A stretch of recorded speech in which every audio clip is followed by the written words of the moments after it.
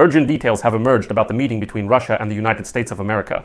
In particular, today in Malaysia, on the sidelines of the organization's summit, a meeting took place between the foreign ministers of Russia and the United States. That is Sergei Lavrov and Marco Rubio, dedicated to the war in Ukraine and the situation in the Middle East. Both sides assessed its results in their own way, but immediately after this meeting, the American side put forward a number of initiatives in support of Ukraine.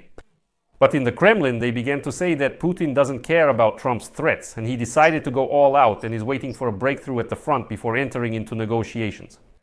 Putin's inner circle stated that Putin is ignoring Trump because he believes in a breakthrough by his army as early as this summer. At the same time, the White House finally realized who they are dealing with in the Kremlin, and together with Europe, they presented a united front to provide Ukraine with all the necessary weapons. Although Marco Rubio made a mysterious statement that Russia has proposed some new approach to ending the war, which he will pass on to Donald Trump today. My name is Aleksei Pechiy. Today is July 10th on the calendar. Let's summarize the results of the meeting between Marco Rubio and Sergei Lavrov together. But before we begin, I ask you to subscribe to this channel, hit the like button and leave any comment you like. Also subscribe to my Telegram channel Pechiy News. The link to it is in the description of this video. There we post breaking news as soon as it comes in. So, today in Malaysia, the foreign ministers of Russia and the United States of America, Sergei Lavrov and Marco Rubio, met. Interestingly, Lavrov also brought along officials from the so-called Department of the North Atlantic of the Ministry of Foreign Affairs of the Russian Federation to the meeting. And so, according to the press service of the Ministry of Foreign Affairs of the Russian Federation, a thorough exchange of views was held on the entire range of issues on the bilateral agenda and the situation in the world. In particular, it is stated that Lavrov and Rubio had a substantive and frank exchange of views on the situation regarding Ukraine, Iran, and Syria, as well as on a number of other international issues. And now I will quote the Ministry of Foreign Affairs of the Russian Federation.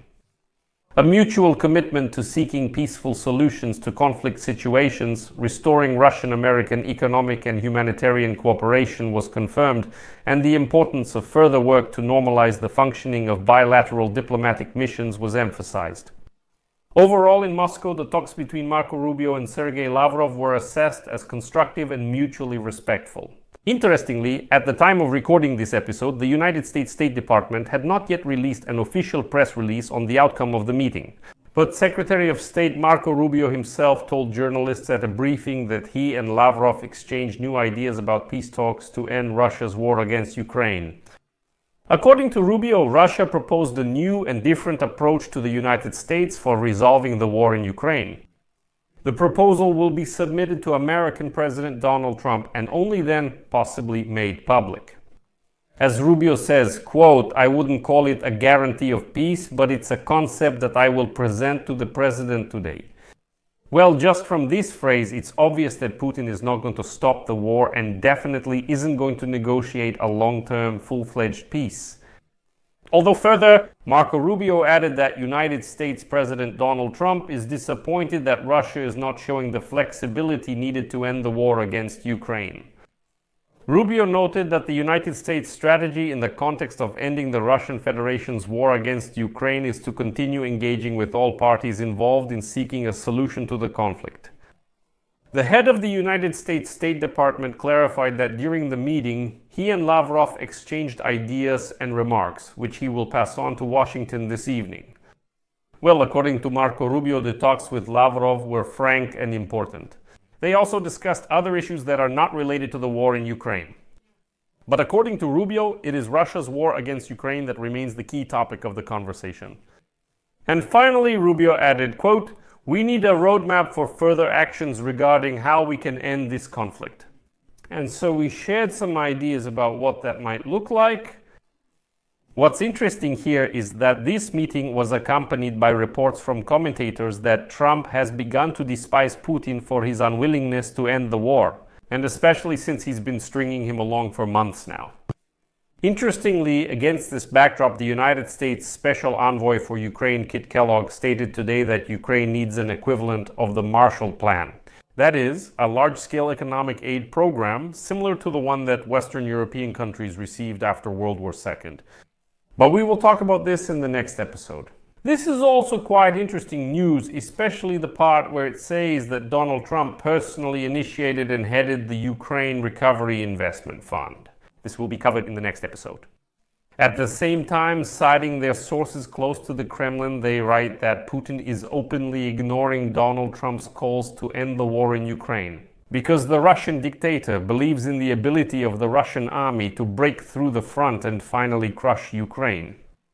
Thus, according to two sources close to the Kremlin, the Russian leader believes that Russia's advantage on the battlefield is growing and that Ukraine's defense could collapse in the coming months. They also reported that Putin believes it is impossible to stop the fighting now unless Ukraine agrees to significant concessions.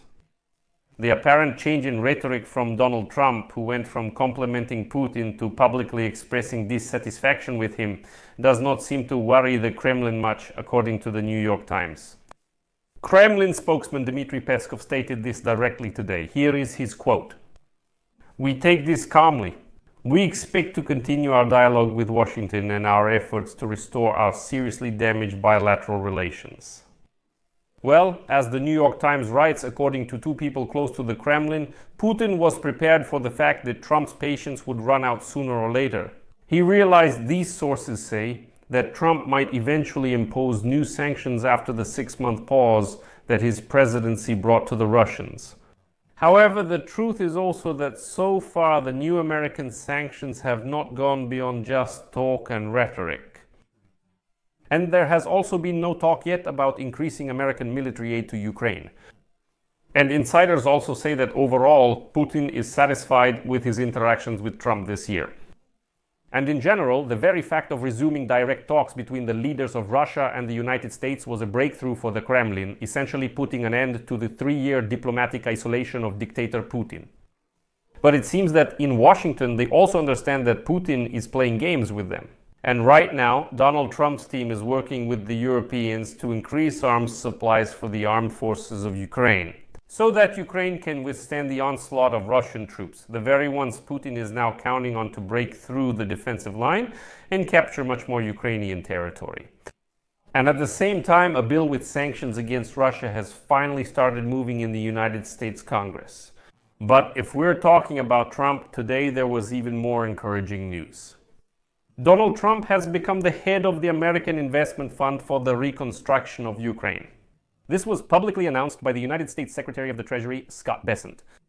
And according to him, Trump, as a true businessman, is determined to end the war as soon as possible in order to begin the reconstruction of Ukraine with the participation of American companies and American capital, and accordingly to have time to profit from it.